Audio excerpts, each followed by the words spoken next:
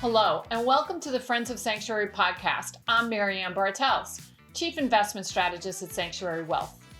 Today, I'm pleased to welcome our guest, Lars Olson, President and Wealth Advisor at Alluvial Private Wealth, a Sanctuary Wealth partner firm. Lars, thank you so much for joining this podcast. It's a pleasure to be here. I'm excited to do this. You're our first partner firm to be doing this. Well, thank you. It's an honor.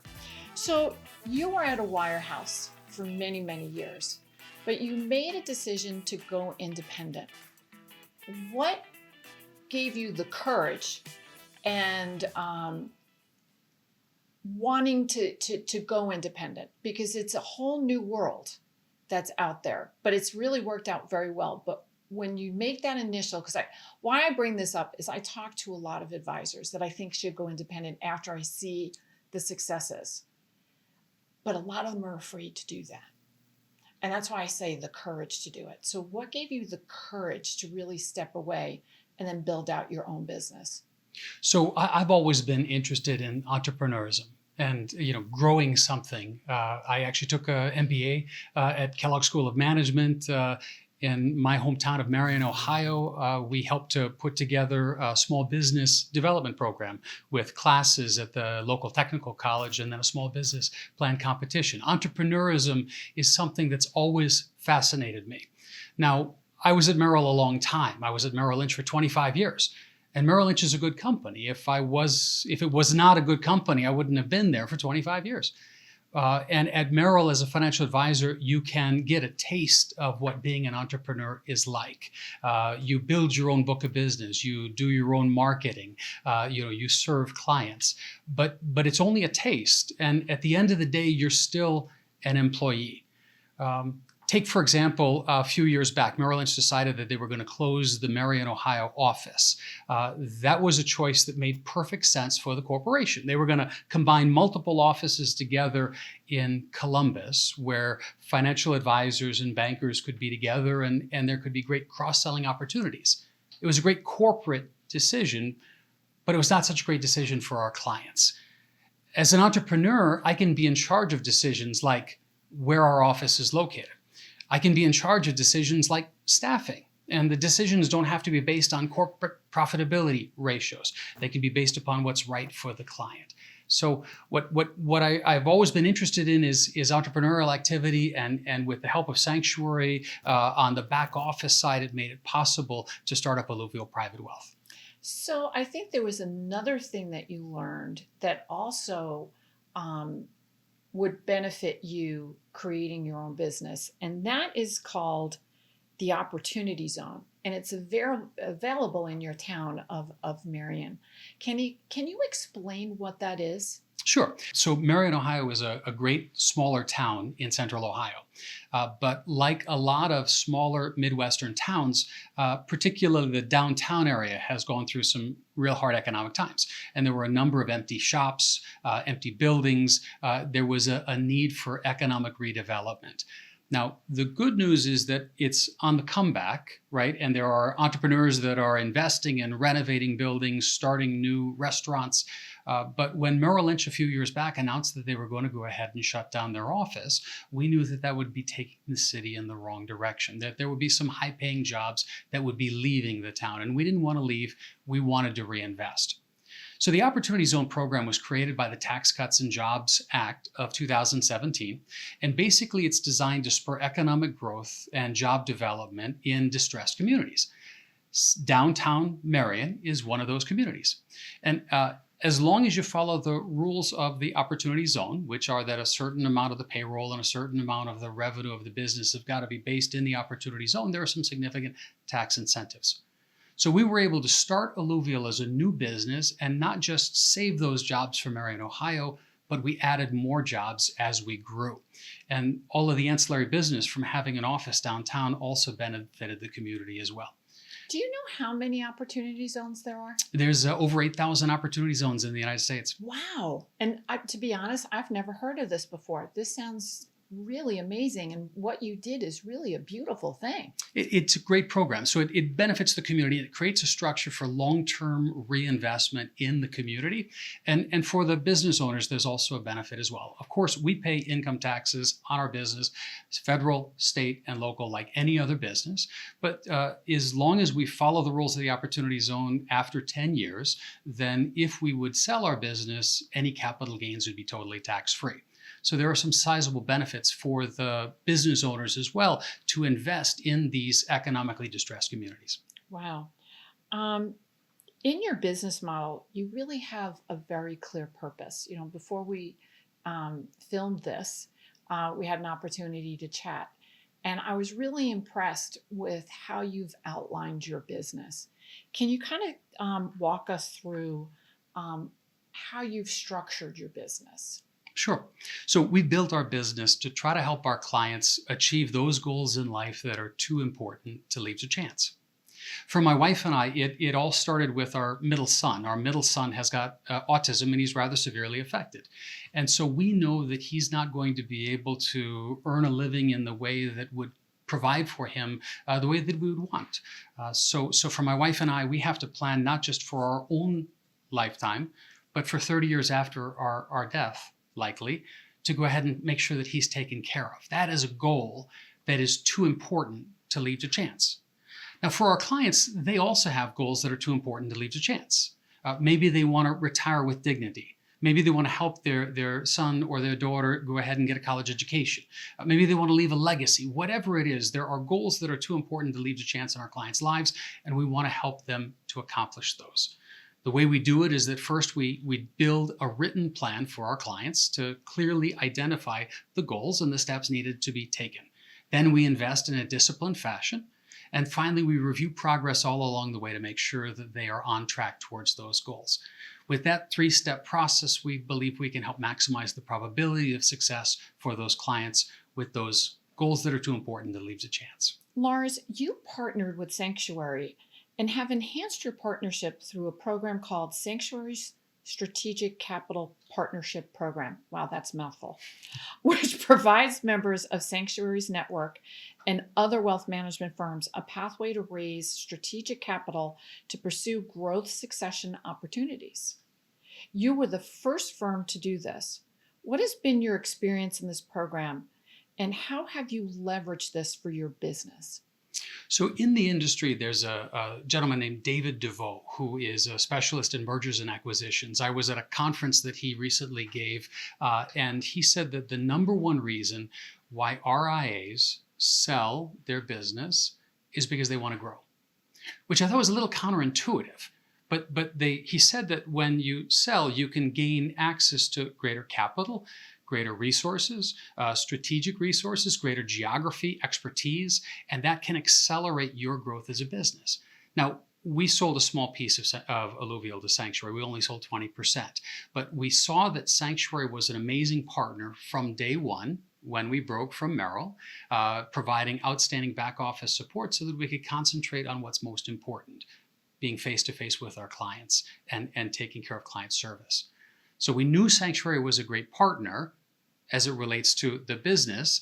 And now with the capital, Sanctuary can be an amazing partner for us to go ahead and grow. The capital helps us to grow. The partnership with Sanctuary helps us to grow with confidence. In a wirehouse, would this be possible? No, it would not be possible. So this is an advantage of going independent. The Strategic Capital Partnership Program complements another one of Sanctuary's new initiatives, which you also are involved with, the Enterprise Partner Program, or EPP. This includes a curriculum that educates and prepares Sanctuary partner firms to move from running their own business to building an enterprise through targeted M&A activities. Can you tell me more about this program and how you're using it to grow your business? We've seen some deals through the mergers and acquisition efforts that I've done individually, but Sanctuary has seen so many more that they can take our efforts to a higher level. Sanctuary helps us not only to identify deals, but then to vet which deals are good deals and to identify problems with other deals. They help us to go ahead and think strategically about what we are most going to benefit from, and what is a strategic fit and what could be a good cultural fit. But beyond just simply sourcing and the due diligence, Sanctuary then is there with us for the transition portion as well, to make sure that it is a successful move, not only for the advisor, but then also a very successful move for their clients as well. Because of the capital that we raised, we were able to go ahead and open an office in Cleveland and recruit a senior financial advisor and his assistant. Outstanding team. We were able to go ahead and recruit next generation banker to join our team in Marion. And finally, we were able to open up a sister tax firm and buy out a local tax business to accelerate the growth. So the capital has allowed us to not just build, but build better and build quicker. And offer more services for your clients. Absolutely. This sounds like cutting edge in the industry. I've never really heard this happening in the industry. This seems to be a very forward-looking how to help independent advisors grow their business. Not just grow, but to grow bigger and to grow better. Wow, that's amazing. It really is a true partnership, isn't it? It is, absolutely. So let's get into your business. Let's talk a little bit more about your business. And retirement seems very straightforward, but maybe it's not always straightforward, and clients need to think about many different variables. And you have a program which is really called pre-retirement program. Can you kind of walk us through what is pre-retirement? Sure. So many clients will have to face irrevocable one-time decisions as they're moving into retirement. And while an individual might only see those decisions once in their life, we as financial advisors can see it multiple times a month or sometimes multiple times a week. And we can help to give them the expertise and the knowledge that they can make choices with confidence. A few examples of some one-time irrevocable decisions would be when to take Social Security. And that's a decision that can lead to a difference of tens of thousands of dollars worth of lifetime benefits, depending upon how long an individual lives. Another example relates to pension plans. For some clients who work at large companies that have a pension plan, there may be an opportunity to either take a lump sum or else to go ahead and take a monthly income. And while actuarially these are equivalent for the average person, our clients aren't averages. Our clients are individuals. And so we help them to evaluate their own unique circumstances to figure out which choice is better for them. So these are examples of the sorts of irrevocable decisions that people have to face in retirement, before they get into retirement rather. Now let's talk a little bit about some of the challenges that people have to look at while they're in retirement and where planning can come in and be helpful. Let's take a person who might retire at age 65. So their income from the job goes away. They don't have to take Social Security until age 70, and there's some benefits. You get higher benefits if you wait. Required minimum distributions from an individual retirement account don't have to start until age 73. So there's a big window where clients have the flexibility to choose how much income they take or don't take, and that impacts their income taxes. With financial planning and tax planning, we can go ahead and help a client to go ahead and maximize their situation over their full retirement rather than just looking year by year. So with planning, we can help clients to go ahead and review various options, and we can help them to come up with a solution which best fits their long-term needs and situation. And I'm sure you've heard this statistic, that some clients are afraid of actually running out of money.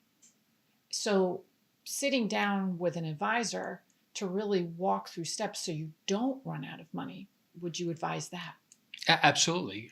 Folks should go ahead and sit down with an advisor in order to look at what is their income pattern, what are their assets, and what do they plan to be spending in retirement. And we've got some very powerful financial planning tools in order to evaluate what is the probability of success in retirement. And success is determined as not running out of money. What I'm concerned about if I sit down with a financial planner is, Marianne, you have to stop spending so much money. I'm sure that's going to be part of my retirement program. You've kind of mentioned one of your sister firms that you've created for tax and financial planning. Can you talk about how you've integrated this into your business model? Sure. So we started up Alluvial Tax and Planning a couple of years back as an independent, separate business from Alluvial Private Wealth. Alluvial Tax and Planning now has 10 professionals who are working there. And the reason why we started Alluvial Tax and Planning is because clients are asking for it. Industry surveys show that clients want tax planning advice from their advisory relationship. And we surveyed our own clients, and the results were quite similar. Clients wanted integrated tax advice with financial planning advice. Let me give you a couple of examples where that tax planning advice has been helpful. The first one is we had a client who is already retired. He's in his 70s, and I was in a joint meeting with his tax professional, and they were reviewing the individual's income. His wife got Social Security income, but he didn't. He was a teacher, and in the state of Ohio, teachers don't pay into the Social Security system. He knew when he retired, because of something called the government pension offset, that he wasn't going to get Social Security because he paid into the Ohio system. So he didn't even bother to go ahead and apply for it. Well, when we met with him this year, I mentioned that the Social Security Fairness Act changed the rules and eliminated the government pension offset program, and that he could now apply for spousal benefits off of his wife's benefit, and he now gets over $1,000 a month worth of Social Security benefits, which he would not have gotten otherwise without that joint financial planning and tax meeting. Oftentimes, tax professionals with deadlines are too busy to dive into those types of questions. And financial advisors who might not be asking updated questions about income might have missed it. But the integrated approach helped. I think one-stop shopping for all your financial planning needs also makes sense, that you have a person that's looking at you holistically in all angles. So that to me would make sense too. Absolutely. And you see, every financial decision that we make has a tax implication. I'll give you another example of where the integration of tax advice and financial advice helped. One great way that retirees can give to charity is through what's called a qualified charitable distribution. You take money straight out of your IRA and you send it straight to the charity, and it's not considered taxable income. Especially because the standard deduction is so high, most people don't itemize the deductions anyway. So this is one of the only ways you can have a tax-advantaged gift to charity. But unfortunately, custodians don't go ahead and report very clearly the qualified charitable distributions. The investment custodians have a little box that's checked off that says the taxable amount is not determined, but it's up to the client to tell their tax professional that they went ahead and made this gift. And if that doesn't happen, the client could inadvertently be paying taxes on a charitable gift where they shouldn't be paying taxes. Well, We've identified those situations. I just learned something new. So thank you very much. Now I know what to do with my charitable giving. So the integration of tax and financial advice is something which can lead to better outcomes for clients. It certainly sounds like those examples are great examples to explain why it's so beneficial. Earlier, you mentioned that one of your sons is severely autistic. Mm-hmm.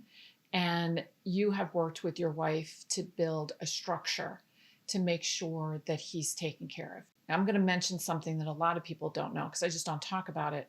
My sister was born mentally handicapped. Mm. And in my parents' generation, they really weren't educated on how to plan for my sister. So my brother has taken the lead, but we take care of my sister. And you don't always have family members that are going to be able to be there or financially are capable of taking care of the sibling. How are you helping people that have a special needs, whatever that is? How are you helping them plan so their loved one is taken care of? So it really is very important to go ahead and to plan for the needs of your loved ones with special needs. Our son Amick is severely affected, and it's hard. Well, yeah. So It's okay. my I almost teared up just talking about my sister, and I didn't expect that. yeah, my wife has been an amazing advocate for not only our son but also for others with autism. She helps us with marketing at Alluvial. But 15 years ago, she started a charity called iTalk. That stands for Interactive Technology Assisting Autistic Little Kids. And over the years, they've given away hundreds of different iPads and done training for thousands of people on how to use the iPad as an augmentative communication device. She was actually recognized recently by Autism Parenting magazine as among the top researchers in the United States on this because of the grassroots effort. So it's a real passion for my wife and myself as it relates to special needs financial planning. Special needs financial planning is critical for our son Amick, and then also for others, because if you don't do it right, then there can be major challenges. Medical coverage through Medicaid is very important for special needs individuals, and special needs individuals are not allowed to have more than $2,000 in countable assets. They oftentimes have to live in a state of perpetual poverty. And that's not right. That doesn't sound right to me. That's not what I want for my son. And so you need to do planning in order to go ahead and make sure that they are able, my son will be able to, and other special needs individuals are able to live the life that we want them to do. And that's where things like the ABLE account or a special needs trust or guardianship come in. And these are things that I know about academically because I'm a certified special needs consultant, but it's also something that I know about because we've lived it and we've gone through the steps ourselves.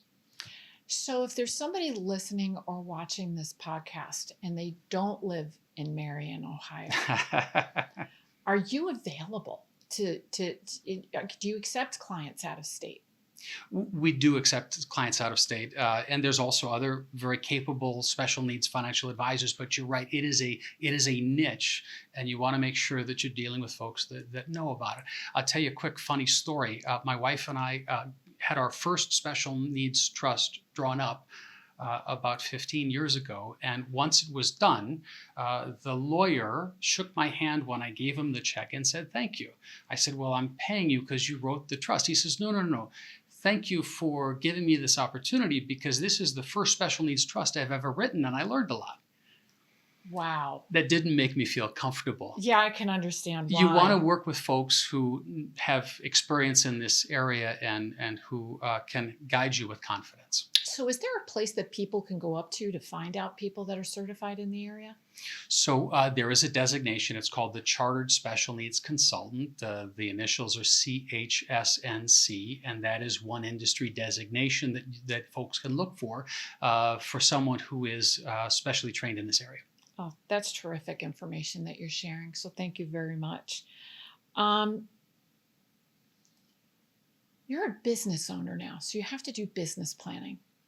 So when you're looking out 3, 5, 10 years, what do you see in your business? What are you trying to accomplish?